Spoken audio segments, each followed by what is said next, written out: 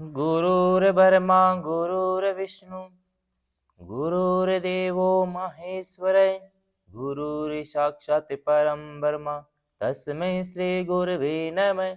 ध्यानमूलं गुरुमूर्ति पूजामूलं गुरुपदं ज्ञानमूलं गुरुवाक्ये मोक्षमूलं गुरुकृपा।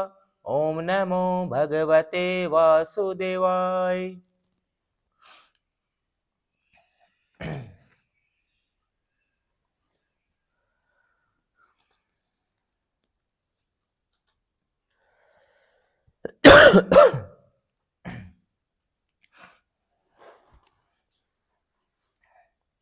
अभी तक हमने जाना कि महर्षि नारद जी भक्ति जो तरुण युवती थी और उसके दो बेटे ज्ञान और वैराग जो वृद्ध हो चुके थे, उनके कष्टों की मुक्ति हेतु जतन करते हैं। और उसके आगे हम आज पढ़ेंगे तीसरा अध्याय, भक्ति के कष्ट की निवृत्ति।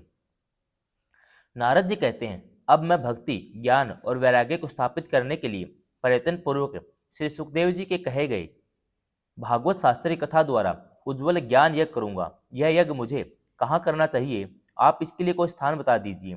आप लोग वेद के पारगामी हैं, इसलिए मुझे इस सुख शास्त्र महिमा को सुनाइए। यह भी बताइए कि श्रीमद् भागवत की कथा कितने दिनों में सुनानी चाहिए और उसके सुनने की विधि क्या है। सनकादि जी बोले, नारद जी आप बड़े विनीत और विवेकी हैं, सुनिए हम आपको ये सब बातें बताते हैं। हरिद्वार के पास आनंद नाम का एक घाट है, वहाँ अनेकों ऋषि रहते हैं। देवता और सिद्ध लोग भी उसका सेवन करते रहते हैं। भांति भांति के वृक्ष लताओं के कारण वह बड़ा सघन है। वह बड़ी कोमल नवीन बालू बिछी हुई है। वह घाट बड़ा ही सूर्यमय एकांत प्रदेश में है। वहाँ हर समय सुनहले कमलों की सुगंध आया करती है। उसके आसपास रहने वाले सिंह हाथी आदि परस्पर विरोध जीवों के चित्तों में भी वैर भाव नहीं है। वहाँ आप बिना किसी विशेष प्रयत्न के ही ज्ञान यज्ञ आरंभ कर दीजिए। उस स्थान पर कथा में अपूर्व रस का उदय होगा।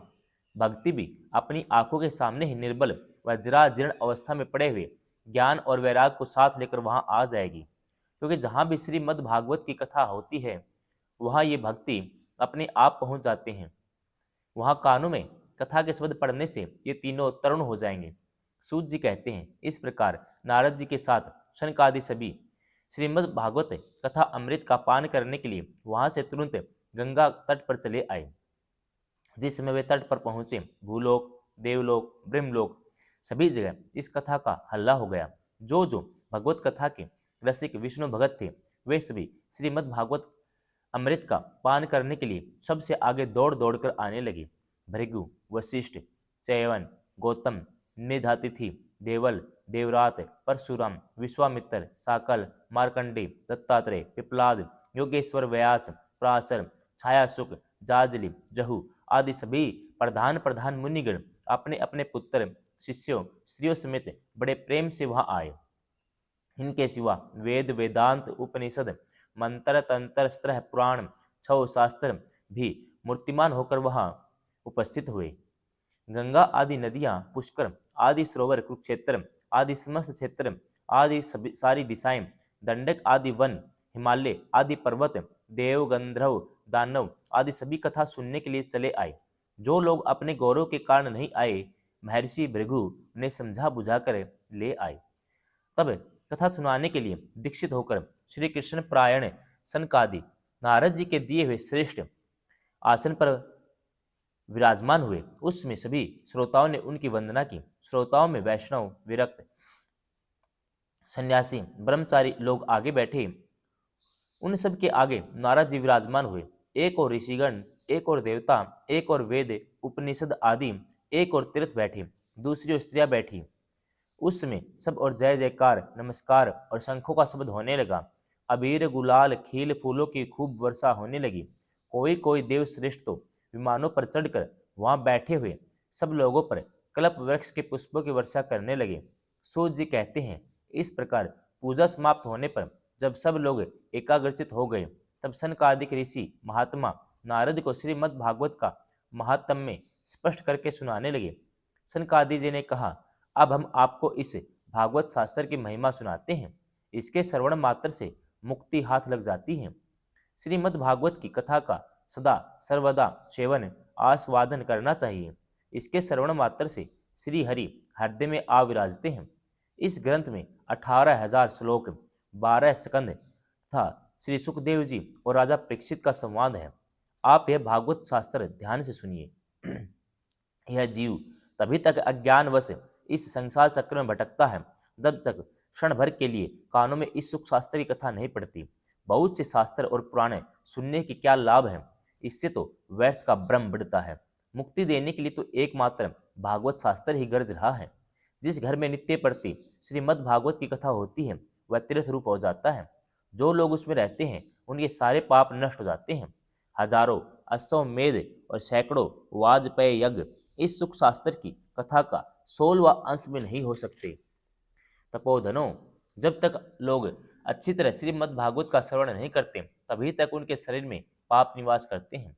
फल की दृष्टि से इस सुख शास्त्र कथा की समता गंगा, गया, काशी, पुष्कर या प्रयाग कोई तीर्थ भी नहीं कर सकता। यदि आपको परम गति की इच्छा है तो अपने मुख से ही श्रीमद् भागवत के आधे अथवा चौथाई श्लोक का भी नित्य नियम पूर्वक पाठ कीजिए। ओमकार, गायत्री, पुरुष सूक्त, तीनों वेद, श्रीमद् भागवत, ओम नमो भगवते वासुदेवाय, यह 12 अक्षर मंत्र 12 मूर्तियों वाले सूर्य भगवान, प्रयाग, संवत स्वरूप काल, ब्राह्मण, अग्निहोत्र, गौ, 12 तिथि, तुलसी, वसंत ऋतु, भगवान पुरुषोत्तम, इन सब में बुद्धिमान लोग वस्तुतः कोई अंतर नहीं मानते। जो पुरुष अहरनिश अर्थ सहित श्रीमद् भागवत शास्त्र का पाठ करता है उसके करोड़ों जन्मों का पाप नष्ट हो जाता है, इसमें तनिक भी संदेह नहीं है। जो पुरुष नित्य प्रति भागवत का आधा या चौथाई श्लोक भी पढ़ता है उसे राजसूय और अश्वमेध यज्ञों का फल मिलता है। नित्य भागवत का पाठ करना, भगवान का चिंतन करना, तुलसी को सींचना, गौ की सेवा करना, ये चारों समान है।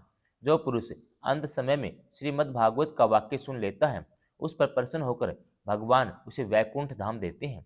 जो पुरुष इसे सोने के सिंहासन पर रखकर विष्णु भगत को दान करता है वह अवश्य ही भगवान का सायुज्य प्राप्त करता है। जिस दुष्ट ने अपनी सारी आयु में चित्त को एकाग्र करके श्रीमद् भागवत अमृत का थोड़ा सा भी रसवादन नहीं किया उसे ने तो अपना सारा जन्म चांडाल और गधे के समान व्यर्थ ही गंवा दिया। वह तो अपनी माता को प्रसव पीड़ा पहुंचाने के लिए ही उत्पन्न हुआ था। जिसने इस सुख शास्त्र के थोड़े से वचन नहीं सुने वह पाप आत्मा तो जीता हुआ भी मुर्दे के समान है। पृथ्वी के भार स्वरूप उस पशुतुल्य मनुष्य को धिक्कार है। यों स्वर्ग लोक में देवताओं में प्रधान इंद्र आदि कहा करते हैं। संसार में श्रीमद् भागवत की कथा का मिलना अवश्य कठिन है। जब करोड़ों जन्मों का पुण्य होता है तब इसकी प्राप्ति होती है। नारद जी, आप बड़े बुद्धिमान हैं, योग निधि हैं। आप प्रयत्न पूर्वक कथा का श्रवण कीजिए। इसे सुनने के लिए दिनों का कोई नियम नहीं है, इसे तो सर्वदा ही सुनना अच्छा है। इसे सत्य भाषण, ब्रह्मचर्य पालन पूर्वक सर्वदा ही सुनना सर्वश्रेष्ठ माना गया है। किंतु कलयुग में ऐसा होना कठिन है, इसलिए इसकी सुखदेव जी ने जो विशेष विधि बताई है वह जान लेनी चाहिए। कलयुग में बहुत दिनों तक चित्त की वृत्तियों को वश में रखना, नियम में बंधे रहना, किसी पुण्य काल के लिए दीक्षित रहना कठिन है, इसलिए सप्ताह श्रवण की विधि है। श्रद्धापूर्वक कभी भी श्रवण करने से अथवा माघ मास में श्रवण करने से जो फल होता है वही फल श्री सुखदेव जी ने सप्ताह श्रवण में निर्धारित किया है। मन के असंयम, रोगों की बहुलता, आयु की अल्पता के कारण कलयुग में अनेकों दोषों की संभावना से ही सप्ताह श्रवण का विधान किया गया है। जो फल तप, योग, समाधि से भी प्राप्त नहीं हो सकता वह सर्वांग रूप में सप्ताह श्रवण से सहज में ही मिल जाता है। सप्ताह श्रवण यज्ञ से बढ़कर, वृत्त से बढ़कर, तप से भी कहीं बढ़कर है।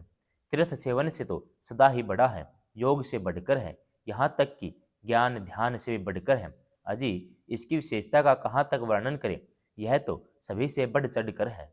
सौनक जी ने पूछा, सूत जी, यह तो आपने बड़े आश्चर्य की बात कही। अवश्य ही यह भागवत पुराण योग वेता ब्रह्मा जी भी आदि कारण श्री नारायण का निरूपण करता है, परंतु यह मोक्ष की प्राप्ति में ज्ञान आदि सभी साधनों का तिरस्कार करके इस युग में उनसे भी कैसे बढ़ गया।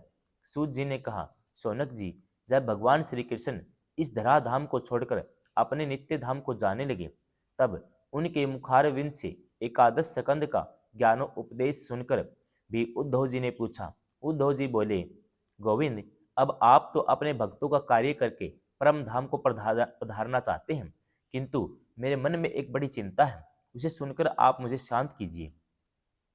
अब घोर कलयुग आया ही समझिए। इसमें इसलिए संसार में फिर अनेकों दुष्ट प्रकट हो जाएंगे। उनके संसर्ग जब अनेकों सत्पुरुष भी उग्र प्रकृति के हो जाएंगे, तब उनके भार से दबकर यह गौ रूपिणी पृथ्वी किसकी शरण में जाएगी। कमल नयन, मुझे तो आपको छोड़कर इसकी रक्षा करने वाला कोई दूसरा नहीं दिखाई देता। इसलिए भक्त वत्सल, आप साधुओं पर कृपा करके यहाँ से मत जाइए। भगवान, आपने निराकार चिन्ह मात्र होकर भी भक्तों के लिए ही तो यह सगुण रूप धारण किया है। फिर भला आपका वियोग होने पर वे भगत जन पृथ्वी पर कैसे रह सकेंगे। निर्गुण उपासना में तो बड़ा कष्ट है, इसलिए कुछ और विचार कीजिए। प्रभास क्षेत्र में उद्धव जी के वचन सुनकर भगवान सोचने लगे कि भक्तों के अवलंब के लिए मुझे क्या व्यवस्था करनी चाहिए। सोनक जी, जब भगवान ने अपनी सारी शक्ति भागवत में रख दी, वे अंतर्धान होकर इस भागवत समुद्र में प्रवेश कर गई। इसलिए यह भगवान की साक्षात शब्द मूर्ति है। इसके सेवन, श्रवण, पाठ अथवा दर्शन से ही मनुष्य के सारे पाप नष्ट हो जाते हैं। इसी से यह सप्ताह श्रवण सबसे बढ़कर माना गया है। कलयुग में तो अन्य सब साधनों को छोड़कर यही प्रधान धर्म बताया गया है। कलयुग में यही ऐसा धर्म है जो दुख, दरिद्रता, दुर्भाग्य और पापों की सफाई कर देता है, काम, क्रोध आदि स्त्रों पर विजय दिलाता है। अन्यथा भगवान की इस माया से पीछा छुड़ाना देवताओं के लिए भी कठिन है। मनुष्य तो इसे छोड़ ही कैसे सकते हैं। अतः इससे छूटने के लिए सप्ताह श्रवण का विधान कहा गया है। सूत जी कहते हैं, सोनक जी, जिसमें सनकादि मुनीश्वर इस प्रकार सप्ताह श्रवण की महिमा का बखान कर रहे थे, उस सभा में एक बड़ा आश्चर्य हुआ। उसे महत्व में बतलाता हूँ, सुनो। वहां तरुण अवस्था में प्राप्त हुए अपने दोनों पुत्रों को साथ लिए विशुद्ध प्रेम रूपा भक्ति बार बार श्री कृष्ण, गोविंद, हरे मुरारे, हे नाथ, नारायण, वासुदेव आदि भगवत नामों का उच्चारण करते हुए अकस्मात प्रकट हो गई। सभी सदस्यों ने देखा कि परम सुंदरी भक्ति रानी भागवत के अर्थों का आभूषण पहने वहां पधारी। मुनियों की उस सभा में सभी यह तर्क वितर्क करने लगे कि यहाँ यह कैसे आई, कैसे प्रविष्ट हुई। तब सनकादि ने कहा, ये भक्ति देवी अभी अभी कथा के अर्थ से ही निकली हैं। उनके ये वचन सुनकर भक्ति ने अपने पुत्रों समेत अत्यंत विनम्र होकर सनत कुमार जी से कहा। भक्ति बोली, मैं कलयुग में नष्ट प्राय हो गई थी, आपने कथा अमृत से सींचकर मुझे फिर पुष्ट कर दिया। अब आप यह बताइए मैं कहाँ रहूं। यह सुनकर सनकादि उनसे उससे कहा, तुम भक्तों को भगवान का स्वरूप दिलाने वाली, अन्य अन्य प्रेम का संपादन करने वाली, संसार रोग को निर्मूल करने वाली हो। अतः तुम धैर्य धारण करके नित्य निरंतर विष्णु भक्तों के हृदय में निवास करो। ये कलयुग के दोष भले ही सारे संसार पर प्रभाव डाले, किंतु तुम पर इनकी दृष्टि भी नहीं पड़ सकेगी। इस प्रकार उनकी आज्ञा पाते ही भक्ति तुरंत भगवत भक्तों के हृदय में जा विराजी। जिनके हृदय में एकमात्र श्री हरि की भक्ति निवास करती है, वे त्रिलोकी में अत्यंत निर्धन होने पर भी परम धन्य है, क्योंकि इस भक्ति की डोरी से बंध कर तो साक्षात भगवान भी अपना परम धाम छोड़कर उनके हृदय में आकर बस जाते हैं। भूलोक में यह भागवत साक्षात परम ब्रह्म विग्रह है। हम इसकी महिमा कहाँ तक वर्णन करें। इसका आश्रय लेकर इसे सुनाने से तो सुनने और सुनाने वाले दोनों को ही भगवान श्री कृष्ण की समता प्राप्त हो जाती है। अतः इसे छोड़कर अन्य धर्मों से इसका क्या प्रयोजन है। तीसरा अध्याय संपूर्णम।